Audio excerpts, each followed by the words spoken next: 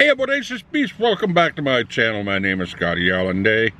We have a very special video for you today, so I'm going to talk a little bit about what most people should be able to do if they didn't get a promotion at work. Now, a lot of times people start becoming self-entitled when they get promoted, and attitudes change. And you know, in today's work environment, people need to be extremely careful because of the fact that, well, you know, stuff like that happens. But the very first thing that you need to do when you passed up for the promotion at work is just talk to your manager. Ask them, you know, how come I got passed up for the promotion? What did I do wrong? I mean, am I qualified enough?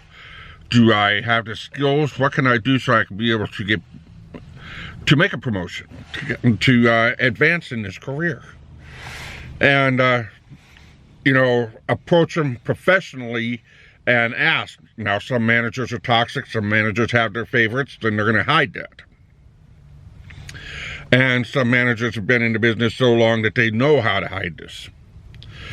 So you got to ask the manager first. Some really good managers will say, well, you know what, we need you to bring your strengths up in this area, and in this area you're not doing so well, but this is your strengths, and you know, I'd really like for you to learn a little bit more about this end of the job. And it works. It works.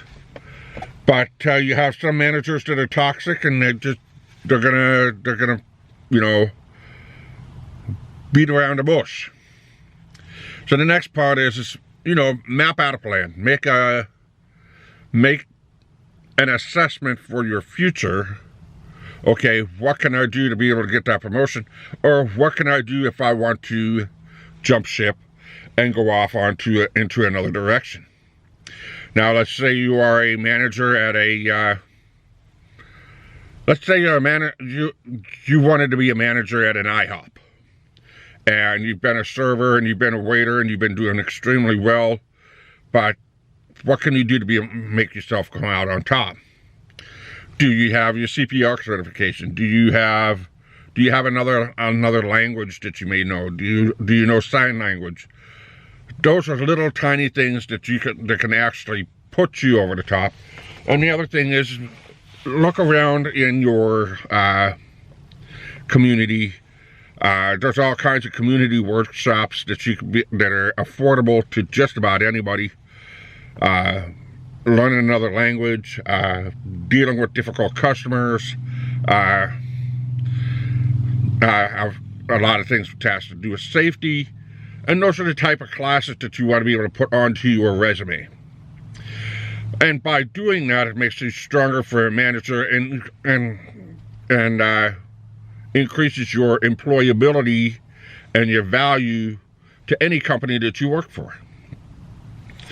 If you are just a, let's say you're a server and a greeter, and you've been working at this company for 5 years, and that's all you've done is serve and greet, when the manager looks at another person, and another person has a, you know, CPR certification, maybe even basic accounting skills, or maybe basic bartending skills, they're going to want to look at that and you know, say, hey, it's gonna work. Maybe Miss Goody Two Shoes over here shows up 10 minutes early for work every single day, never misses a shift. But you, about once a month, you call out. You need that extra day off. Attendance is important. Let's say, you know, you've had a little problems every now and then clocking out early, or coming back late from break, or that sort of thing. Your manager's going to take a look at that. There's, I mean, education. Sorry, I'm looking at my notes here because I've been trying to map this thing out. But like I said, you keep tabs on your wins, you focus on yourself, and you know, you have hundreds of options. You can put together your resume, and that's probably one of the most important things. While you're going through your career, no matter how toxic the workplace is, no matter how how much your manager or the owner or whomever passes you over, keep that resume updated. Now, some workplaces are so toxic that the owner or the manager is going to look and see if you've updated that resume.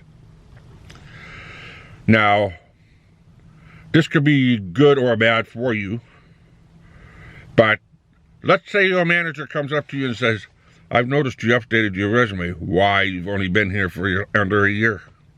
You say, well, I've been taking some classes and I've been working really hard on trying to become a manager or a supervisor at a work site. And this encourages me to keep growing, even though nobody else is coaching me to do it. Now, this kind of either will put you on the good side or the bad side of anybody that you're working for, because, well, A, they may be losing you. B, they may say, hey, you know what? We may need to start working on this one. Or C, they say, okay, come on, have a seat. I'll tell you what you need to work on. And a lot of times a promotion at work may be out of your league. Or they may just be trying to egg you on to try and keep you there by saying, hey, you know what? You're in line for a promotion, but I need you to work some more hours. Hey, you're in line for a promotion, but I need you to work every holiday. And then if they see that you're going to do that and keep pushing you and pushing you and pushing you so they can be able to, you know, pass you over every opportunity they can possibly get, well, you need to start watching that too. So one of the biggest parts about getting passed over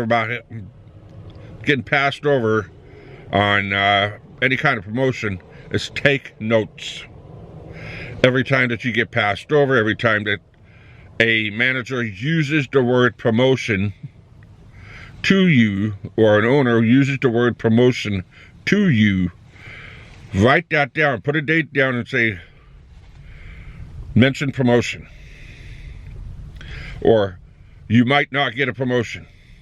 This is going to tell you how, I would say, how you may be just being used to get that promotion. It's the same thing when a manager says, well, I'll give you a raise only if you do these things. They should only have to say it once or twice.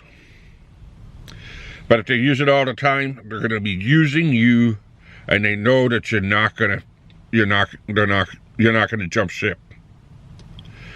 However, if they do that and you catch it, and you start throwing your resume around and start going in for interviews, well, you know what? They may catch it and they may turn around and give you the promotion, or they may just turn around and say, hey, you know what? We know you're out there looking for resumes. You're out of here. But then you can get them for retaliation. But one of the big things, in summary of what I've said with being passed over by a promotion, is take a look at yourself. If you take a look at yourself and see what kind of skills that you have and what skills you may need, take that opportunity to strengthen your inner core, add to your knowledge bank, and make your resume look much better. I've known hundreds of people that went for promotions. I was eligible for several promotions when I was working for the transit agency, but I decided not to because I didn't want to. And there's people that are like that. I want to go in, I want to do my job, and that's it. There's other people that went in there and they jumped right onto every single promotion they possibly could, and they're making good money now. So that kind of sums it up. Take a look at yourself. Listen to your surroundings. Listen to your managers. Whether they're going to be using you, whether they're not going to be using you, or just simply they're never going to promote you anyways. So let me know in the comment section below if you've ever been in this kind of situation with, you you got passed over for a promotion, and you eventually found out that your manager was just using you. So, if you're new to this channel, please hit that subscribe button, hit that notification bell, let your friends and family know. I'd sure like the extra views. And, well, keep on rocking.